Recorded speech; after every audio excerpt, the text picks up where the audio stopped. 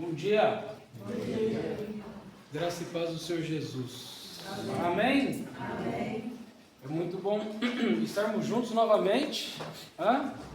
Dominguinho chuvoso, né? Aquela chuva fininha que você olha e você fala, e agora? Eu vou sair de casa ou não vou? Não é? Como é que vai ser com essa chuvinha? Mas vocês viram que essa semana fomos arrematados aí por uma tempestade. Cristina, é o nome dela? Brava ela, hein? Olha, entrou quem entrou ali por Leiria, e eu estava vendo os vídeos lá de como a cidade ficou, os carros virados de cabeça para baixo como se fosse caixote de cartão, as casas com buracos nas paredes, sem telhado, o estádio de Leiria todo estrupiado. E por incrível que pareça, a região de Portugal que menos teve desastre foi onde? No Porto. É só a graça de Deus, não é? Mas os ventos assustaram, não assustaram? Aquela barulheira batendo no store, na janela, no vidro. E as tempestades, elas vêm. Quando a gente espera, quando a gente não espera, quando a gente acha que está tudo tranquilo, as tempestades aparecem, não é? É interessante os louvores que nós cantamos agora, né? Vocês prestaram atenção em tudo que a gente cantou? Qual foi a primeira? O que a gente falou para não olhar o quê? Olhar o quê? O amor dele, né? E essa última é interessante. A gente estava falando que nós somos livres. Nós somos livres. Você vive a liberdade de Jesus? Porque quando a gente canta que nós somos livres e continuamos nada além do sangue, né? Somos brancos mais do que a neve. Por quê? Porque o sangue de Jesus nos limpou de todo pecado, como diz em Apocalipse. Mas nós vivemos a liberdade que Jesus nos dá? Ou nós somos escravos de nós mesmos? Nós somos escravos dos nossos desejos, das nossas paixões, das nossas vontades. Nós somos escravos das circunstâncias que nós cantamos para nós não olharmos. Nós somos escravos de Satanás. Já viu crente escravo de Satanás? Às vezes a gente olha para fora e fala, não, ali o mundo está realmente rendido ao diabo. Mas eu sou crente, eu sou alvo mais que a neve, eu sou liberto. Mas será que no nosso dia a dia nós estamos vivendo essa liberdade que Jesus dá? Porque quando acontecem as tempestades, é aí que nós somos provados, sabia? Quando a gente está levando a nossa vidinha do jeitinho que a gente quer, batendo o nosso cartãozinho na igreja, e nada de tempestade, aí está tudo fixe. É nada. Mas quando as tempestades vêm, é aí que realmente eu e você somos provados. Se nós realmente não estamos olhando as circunstâncias e estamos olhando para o seu amor. Se realmente eu sou livre ou eu sou escravo do pecado que habita em mim. Jesus, quando ele estava terminando o Sermão do Monte, ele fez um questionamento muito interessante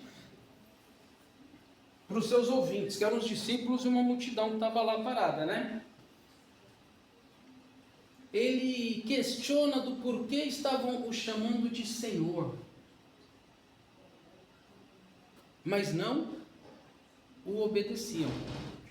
Abre lá Lucas 6, vamos ler 4 versículos, do 46 ao 49. Lucas 6, 46 ao 49.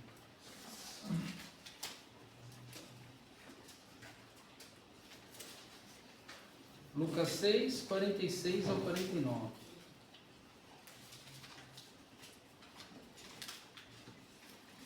Aí as folhas virando é um som bonito. Nada contra os dispositivos. Mas o som das páginas a virar faz uma sinfonia. Vamos lá. Lucas 6, 46 a 49.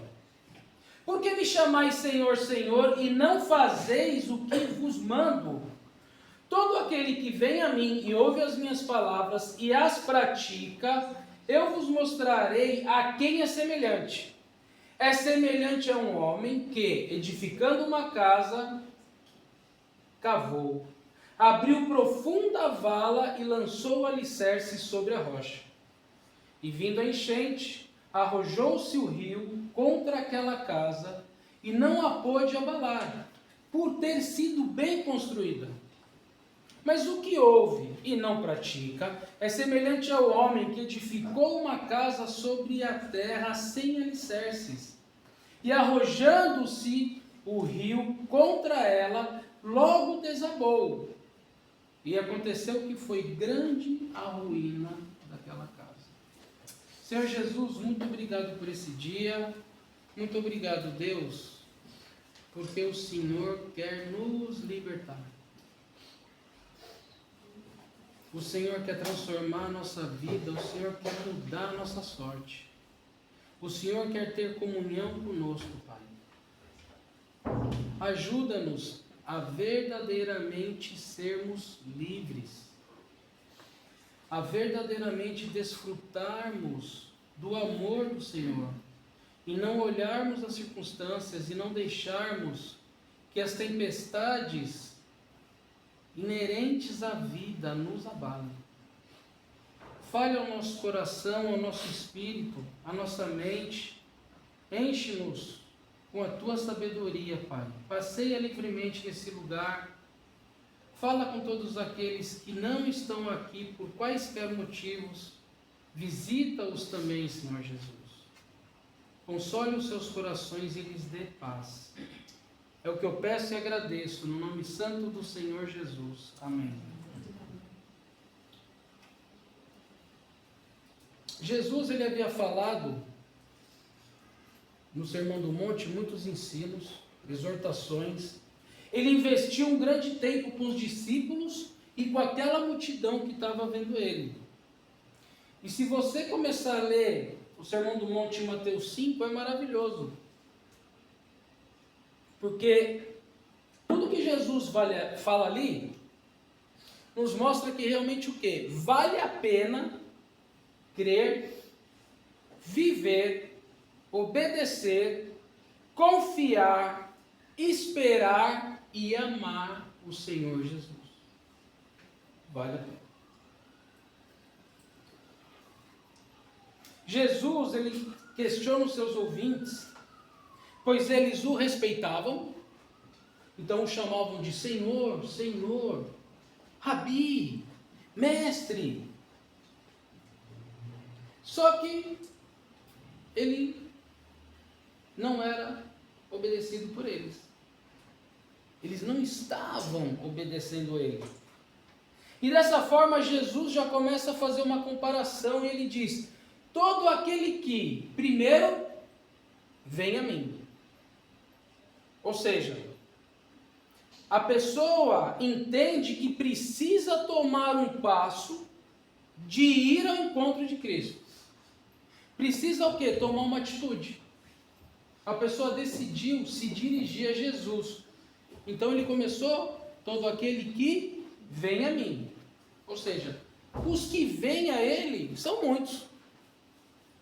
Milhares.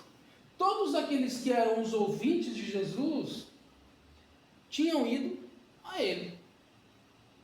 E aí ele fala: ouve as minhas palavras. Jesus estava pregando sobre o reino de Deus, o reino dos céus, estava pregando sobre aquilo que ele ouviu de Deus Pai, aquilo que ele ouviu e viu. Abre lá João 8,38, alguém lê por favor, João 8,38.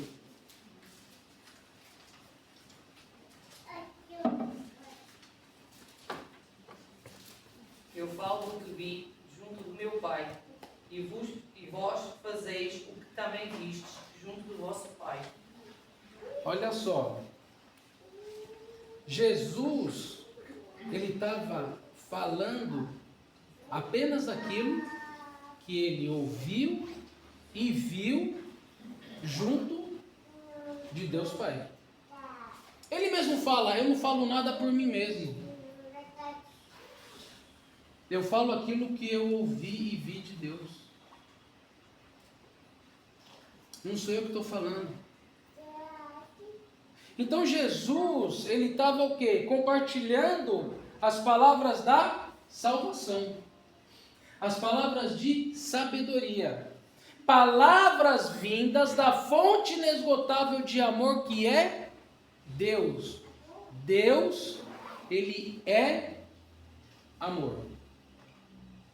O amor nasceu em Deus. Ele é amor.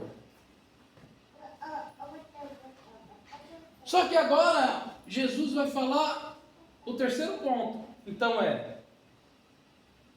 o homem vai até ele e ouve as suas palavras. Até ali, toda a multidão, todos os discípulos, certo? Inclusive Judas. Mas daí ele vai falar o terceiro ponto. E as pratica. Ou seja, tudo que o Senhor Jesus pregava tinha como objetivo o ensino que precisava ser praticado. Apenas ouvir a palavra e não praticá-la é algo que não faz sentido. Imagine, vamos falar do mundo de futebol. Hoje tem meu time na Supercopa, vamos que vamos. O mister, o técnico, está lá instruindo os jogadores, cada um na sua posição, com a sua importância, e ele está instruindo. Por quê? Porque ele consegue ter a visão macro. Colocou lá na prancheta dele, no tabuleiro, sei lá onde é que é, e aí você aqui joga assim, você ali joga assado. Aí quando o jogador faz exatamente ao contrário do que o mister está falando, o que acontece? O mister fala, parabéns, não, obrigado, era tudo que eu queria, Ele dá um raspanete. Ontem o Edu jogou, eu só ouvi Edu, aí eu vi o nome do outro, eles estavam lá, jogando, e o mister do time do meu filho e do outro, só descascando. Porque ele mandava fazer uma coisa e os meninos se perdiam a fazer outra. E o que nós fazemos na nossa vida cristã? Jesus fala, Danilo, faz isso daqui. E aí eu falo, sim senhor, lógico. Aí eu vou lá e faço outra coisa. Por quê? Porque eu sou mais esperto do que Deus. E no nosso dia a dia, Deus vai falando em diversos momentos, vai dando um toquezinho, faz isso não, faz desse jeito aqui. Você pode até achar que não vai dar certo, mas no final vai dar. No final vai ser bom para a sua vida. Você vai ser protegido do pecado. Você vai ser protegido de bater a cara no muro. Faz isso aqui. Aí a gente insiste em fazer o contrário. Então o que acontece? Quando o ser humano ele chega perto de Deus para ouvir a sua palavra, mas ele não vive aquilo que ouviu, não adianta nada para a sua vida. Sabe por quê? Porque não há transformação, não há mudança de atitude, não há uma nova vida. Há o quê? Carimbinho, passaporte. Carimbo no passaporte não vale para nada. Porque a viagem da nossa vida aqui nessa terra até o Senhor Jesus voltar, ela é maravilhosa. Se a gente estiver, vamos ver. Aí Jesus, versículo 48, ele vai comparar que aquele que se chega a ele, ouve a sua palavra, ou seja, todo mundo ali, e a pratica, é semelhante a um homem que foi construir uma casa. Você já construiu uma casa? Mas talvez você já viu como que é. O trabalho que dá, né? E ele vai falar o seguinte, que esse homem, ele cavou fundo, ou seja, ele teve muito trabalho, ele fez muito esforço, ele suou, ele se submeteu ao sacrifício de fazer o quê? Uma vala profunda para encontrar o quê? A rocha. Por quê? Porque ele precisa, ao encontrar a rocha, fazer o alicerce sobre ela. Por quê? Porque não há nada mais firme do que a rocha que está lá embaixo da terra. E aí, ele lança o alicerce, e esse alicerce ele fica como firme, estático, ele não se abala. Ele não tem folga. E aí, dessa forma, a parte visível da casa pode ser levantada. A gente não vê várias casas fish? Alguém vê como é que está o alicerce lá embaixo? É a mesma coisa esse prédio. Já viu o tamanho desse prédio? Dá para imaginar a força, a pressão que o alicerce desse prédio elétrico aqui recebe? E quantos metros de profundidade está para que ele não se abale? Mas alguém está vendo? Não. A gente está vendo o quê? A parte exterior. Então Jesus ele fala dessa importância dos alicerces de uma casa serem lançados sobre a rocha. Por quê? Porque quando vier a enchente, quando o rio transbordar, quando a correnteza bater na estrutura, nas paredes, nas portas, Jesus afirma que essa casa não será abalada. Jesus afirma, ele não está falando, olha, pode ser que ela fique bem. Não, ele fala, ela não será abalada. Por quê? Porque ela havia sido bem construída. Os alicerces foram lançados na rocha, que não eram visíveis, e mantiveram a casa segura, inabalável. E mesmo com a força do rio que havia transbordado, por causa da tempestade, a casa permaneceu. Só que agora, no último versículo do nosso texto 49, Jesus vai falar o quê? Sobre aquele que ouve, sobre aquele que vem até ele, ouve, mas não pratica aquilo que ouve. Aí ele vai falar o quê? Que essa pessoa é como um homem que construiu a sua casa sobre a terra, sobre a areia, sem alicerces. Ele não quis ter o trabalho de cavar fundo a vala até achar a rocha. Não é simplesmente cavar uma vala, é cavar a vala até achar a rocha. Não, ele foi lá, construiu a casa dele linda.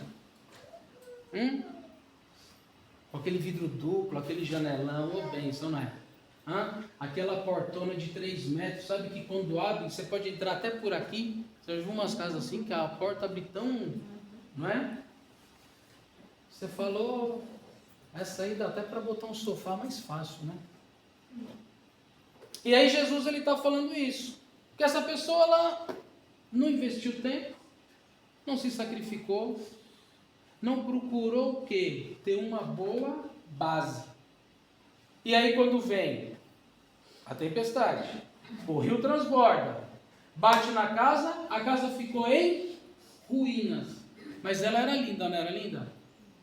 Tinha até umas pilastras desenhadas. Você já viu umas casas aqui? A pilastra ela é fake, é bonita, ela é de betão, é de cimento, mas ela é fake, não é pilastra nenhuma. É só para ficar bonito, um negócio meio greco-romano, sabe? Tem umas casas por aí assim. A gente não sabe como é que está embaixo.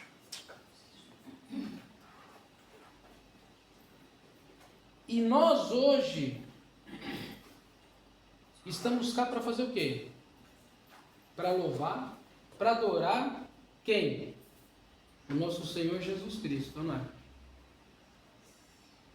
nós nos achegamos a Ele, estamos reunidos aqui para ouvir a sua palavra e temos a oportunidade, o privilégio de praticá-la, de obedecer.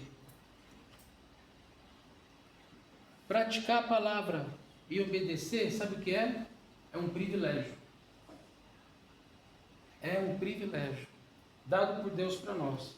E aparentemente, a maioria de todos que estão aqui, estão salvos. Aparentemente. Só quem sabe é Deus. E quando a gente chega lá, ele vai falar: oxe, cadê fulano? Cadê o pastor? Não veio não? Ficou. Aí em compensação vai falar: eita, olha, aquele primeiro-ministro miserável que nos roubou a vida inteira está aqui. Isso aí é o que é? A graça de Deus. E aí, a gente não enxerga o que o outro faz no oculto. Alguém vê o que você faz no oculto? Alguém vê o que você pensa no oculto? Aqui todo mundo tem cara de crente. Paz do Senhor, ô irmão, na bênção, na vitória, ô vaso. E vai dando um monte de adjetivo. Mas e aí? E no oculto? O que você faz no oculto? Que ninguém vê. Mas Deus vê. E quando nós lemos o Sermão do Monte, nós vemos quais são os reais valores de Jesus. Ali, você é bem-aventurado se você é humilhado. Você já viu isso? Você é bem-aventurado se você chora, se você é perseguido. Esses são os valores de Cristo. Infelizmente, muitos crentes, muitas igrejas e pior, muitos pastores só falam sobre a vitória. A vitória. Deus tem a vitória. Eu li uma coisa esses dias que para você querer o milagre de Deus, você tem que buscá-lo. Olha, já viu? O milagre de Deus não é seu. Quem é que dá o milagre? Você tem que determinar. Carrega o botão, Deus vai lá e fala: toma. Opa, não vou me atrasar para você não ficar bravo. Vou te obedecer. Se nós refletirmos realmente sobre a palavra, se nós estudarmos as Escrituras, se nós clamarmos ao Senhor por sabedoria do alto, a nossa intimidade com Deus só vai aumentar. Nos nossos relacionamentos, como é que a gente adquire intimidade? Quando a gente vai se conhecendo mais, certo? Então você vai conhecendo mais da pessoa, a pessoa vai conhecendo mais de você. E no relacionamento conjugal, você vai adquirindo a intimidade, você vai conhecendo mais a pessoa vai conhecendo mais de você. E aí você vai saber: eita, não posso pegar o creme dental por esse lado. Se bem que hoje é de plástico, né? Na época que era de metal, você lembra aquele alumínio? Né? Quando era na nossa época, você não lembra, né? Está muito novo, viu? Quando era de alumínio, né? Tinha até aquelas coisas nos encontros de casais. O marido carrega no meio, a esposa carrega atrás e fica aquela bolha, porque o alumínio ele ficou, né? Ele está dando risada, tá tudo já passou, já passou ali na frigideira, né? Já passou da época. Mas é assim, você adquire o quê? Intimidade. E Deus, Ele quer que a gente tenha o quê? Intimidade com Ele. Sabe por quê? Porque Ele quer ter intimidade com a gente. Olha só, Deus, o Criador dos céus e da terra, que falou: haja luz, houve luz. Falou: haja divisão, houve. Falou para Adão: dá um nome nesses bichos aí. Adão olhou para uma vaca e não tinha cara de vaca. Você consegue olhar para uma vaca e ter cara de cachorro? Não consegue, né? Olha a sabedoria que Deus deu para aquele homem. Só que o bicho ficou quietinho, né? Quando a Eva foi lá entregou ali o fruto, ele falou, ó, foi a mulher que tu me deu, hein? Não tem nada a ver com isso daí. Você vê como que a dependência de Deus ela é 100%. O cara deu um nome para todos os bichos e a gente olha e tem cara mesmo, né? O cachorro não tem cara de cachorro, o macaco não tem cara de macaco. Aí na hora que a mulher vai lá, desobedece a Deus, é enganada pela serpente, entrega para ele e fala, ah, obrigado meu amor, eu vou comer também. Porque eu sou muito submisso a você. Então isso mostra o quê? Nós temos 100% de dependência do Senhor. 100%. Só que a gente acha que a gente tem o quê? 90%. 95%. 99%. Ah, Deus, é só 0,001 esse meu pecadinho. Vai passar. Hã? É assim ou não é? É. Por isso que Jesus nos dá a chance do quê? De todos os dias nós nos achegarmos a Ele e pedirmos perdão. Se nós temos o quê? Arrependimento. Se você pede perdão no atacado, ah, Senhor, obrigado por esse dia e perdoa todos os meus pecados esse dia. Tá de brincadeira, né? Sabe por que a gente não tem coragem de falar? Ó Deus, a gente tem coragem de fazer, mas de falar a gente não tem coragem. Ó Deus, eu fiz isso daqui.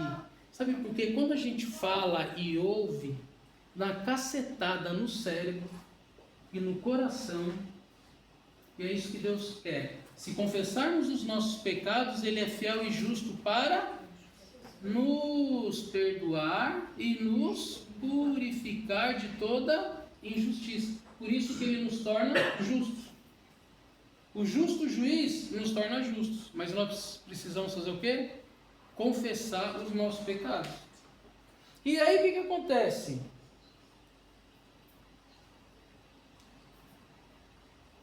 O amor de Deus por nós, ele é um fato, porque ele é a essência do amor. Por isso que cada um de nós está aqui hoje.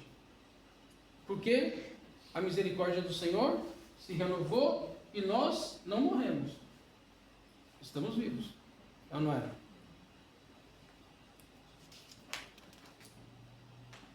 Só que Deus, Ele quer mais de nós.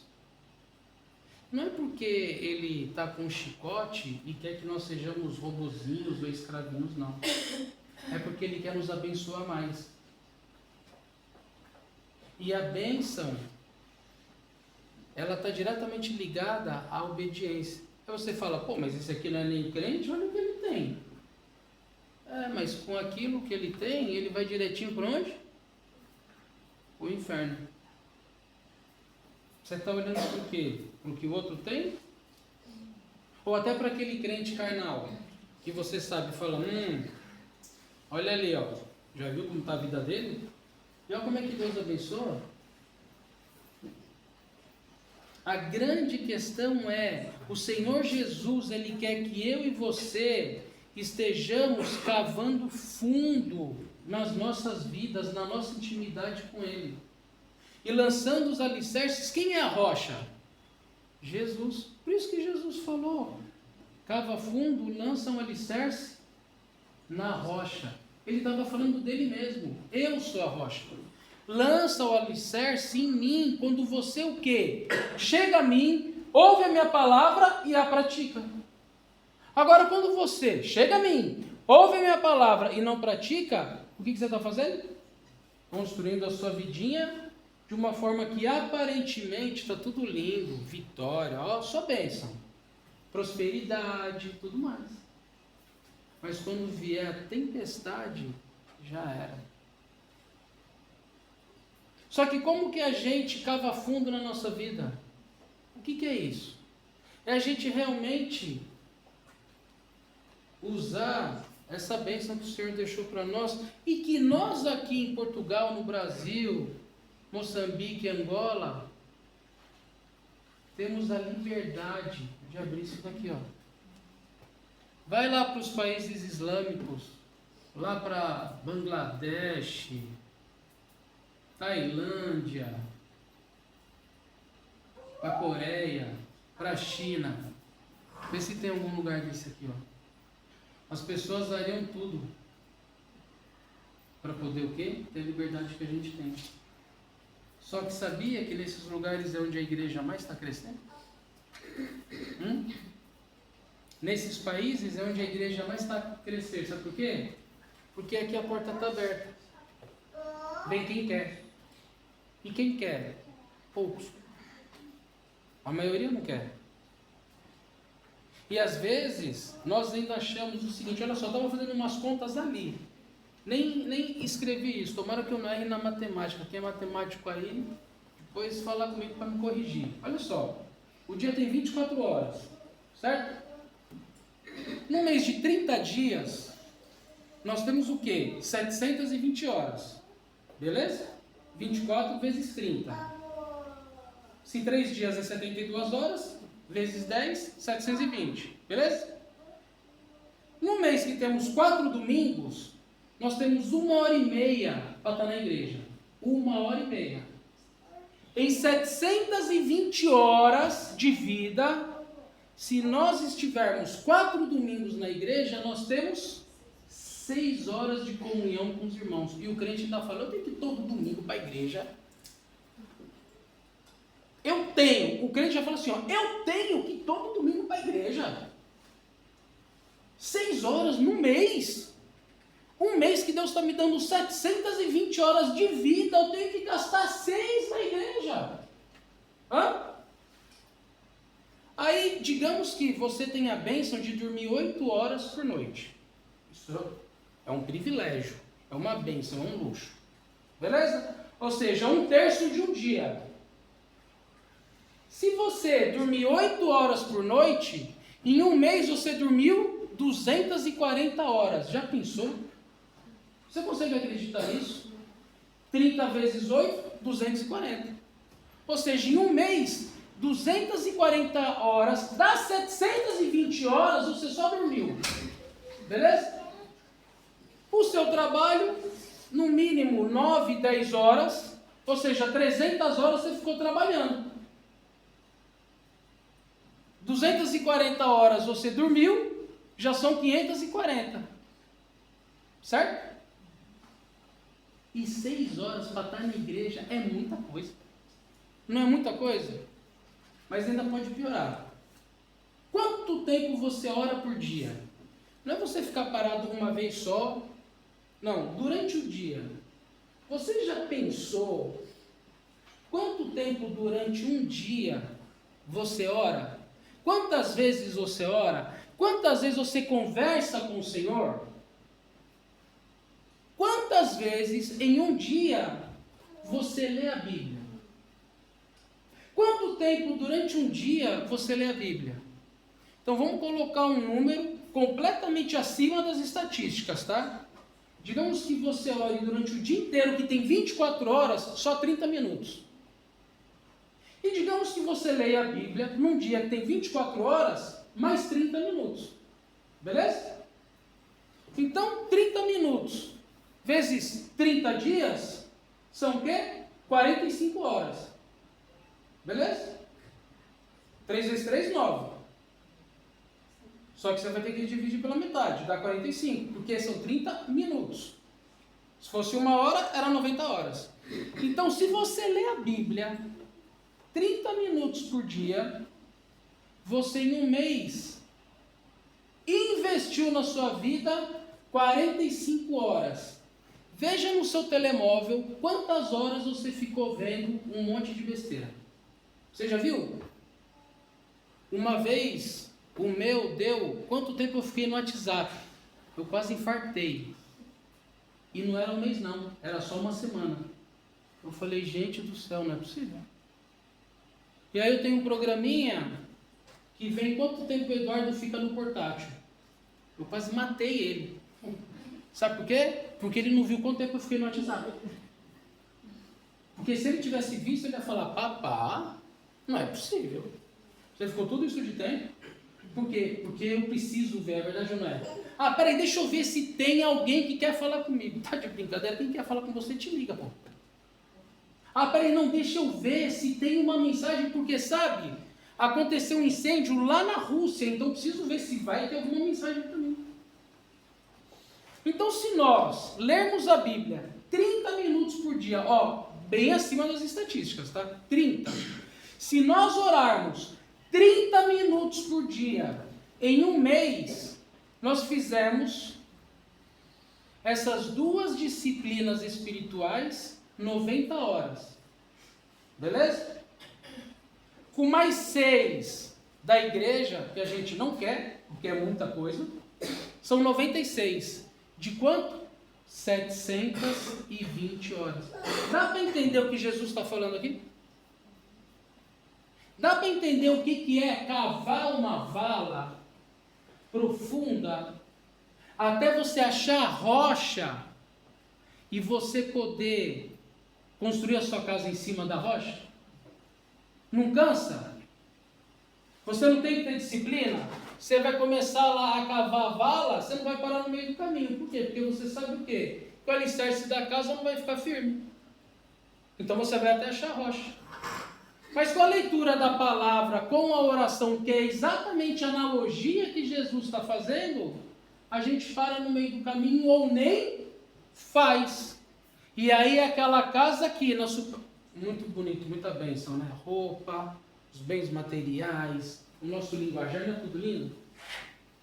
Para nós aqui que a gente está vendo, só bênção. Mas e aí dentro? Na profundidade, na intimidade com Deus, esse Deus que a gente falou que a gente é livre. Esse Deus que a gente cantou, não olha as circunstâncias, olha o seu amor. Meus queridos, nós somos mais amigos do mundo ou mais amigos de Deus? Essa palavra é para crente, não é para não crente. Porque quem está no mundo já está no mundo. Mas tem crente que vive mais no mundo do que a própria pessoa que está no mundo. Porque ela vive uma mentira. Ela vive uma vida o quê? Vazia. Uma vida sem alicerce, uma vida sem base. E a gente reclama, igreja, lê, como que eu vou parar para ler esse negócio aqui? Ou no telemóvel, não dá. Minha vida é muito corrida, Jesus. O Senhor me abençoou com emprego. Não dá, Jesus, para ler a Bíblia. Aí quando estava desempregado, pede oração, lê, vem em todos os cultos. Arrumou o trampo, vai. Agora vou usufruir das bênçãos de Deus. Então o Senhor Jesus, Ele está falando no finalzinho do Sermão do Monte, que eu incentivo vocês todos a lerem o Sermão do Monte em Mateus. Lê tudo. E aí depois pega os textos paralelos em Lucas e leia, porque você vai ter algumas nuances aí que se complementam. E aí depois, sabe o que acontece? As tempestades da vida. Alguém de Leiria acreditava que ia acontecer aquilo que aconteceu? Alguém em Portugal acreditava que em Pedrógão Grande, em 2021 ou 20, ia ter aquele incêndio? Aquelas pessoas que entraram naquele carro e foram naquela nacional, fugindo do incêndio, elas acreditavam que elas não iriam sair dali? Quantas pessoas morreram em Pedrógão? Centenas. E aí? As tempestades da vida vêm. Em 2014, ano que eu fiz 40 anos, o meu pai faleceu. A Helene grávida de 7 meses, o Eduardo nasceu em novembro. Não pude ir para o Brasil. Em 2021, meu irmão mais velho faleceu de Covid. Só que em 2020 tive que ir para o Brasil, porque minha mãe, por causa do Covid, que não saía de casa, quando saiu de casa, estava toda desnorteada, tive que botar ela no lar. Aí em 2024, vocês se lembram, eu tive que ir para o Brasil por causa da minha cunhada, viúva do meu irmão, foi tirar a vesícula, teve uma inflamação, estava na UTI, eu fui para lá, fiquei 10 dias, ela já estava fazendo terapia, fisioterapia já na cama, estava beleza, passou 10 dias, faleceu. E tem uma lista. Se não fosse Jesus na minha vida, na vida da Elaine, 2021, quando meu irmão morreu em fevereiro, a minha sogra foi diagnosticada com câncer em maio. E vocês têm acompanhado como é que está sendo. Se eu e a Elaine não tivéssemos, e não porque nós somos melhores ou porque somos missionários, ou porque temos a liderança da igreja sobre os nossos ombros, não. Se não fosse essa palavra aqui e o joelho no chão, a gente tinha pirado. Em 2017, qual filho meu nasceu? O Rafael, que tem o quê? Síndrome de Down. A gente plantou essa igreja dia 15 de julho, dia 3 de agosto, o Rafael nasceu. Vocês não têm noção como foi aquele ano e o ano seguinte. Que nós íamos 3, 4 vezes por semana durante 18 meses para o São João. Todas as semanas, todas. Gente, não tem desculpa para ninguém. Essa é a verdade. Não tem desculpa para ninguém. E eu não sobrevivi porque eu tenho obrigação de sobreviver por ser líder da igreja. Eu sobrevivi pela graça de Deus.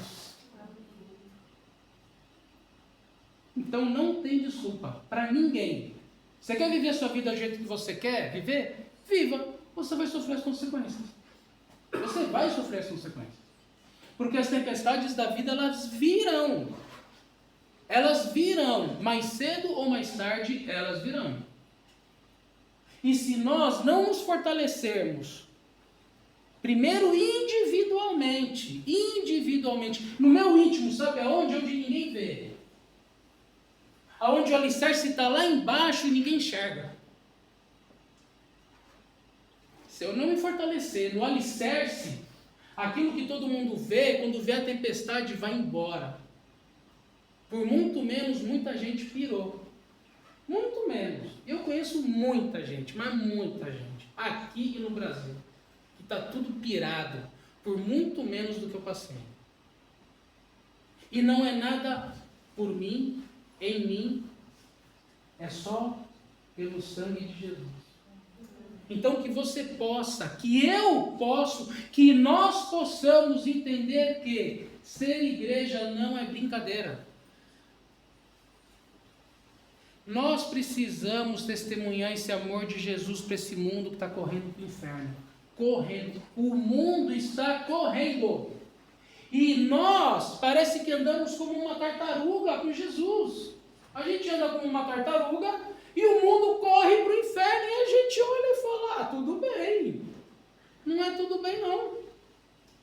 Porque o Senhor Jesus, Ele disse o que para os discípulos em Atos 1:8?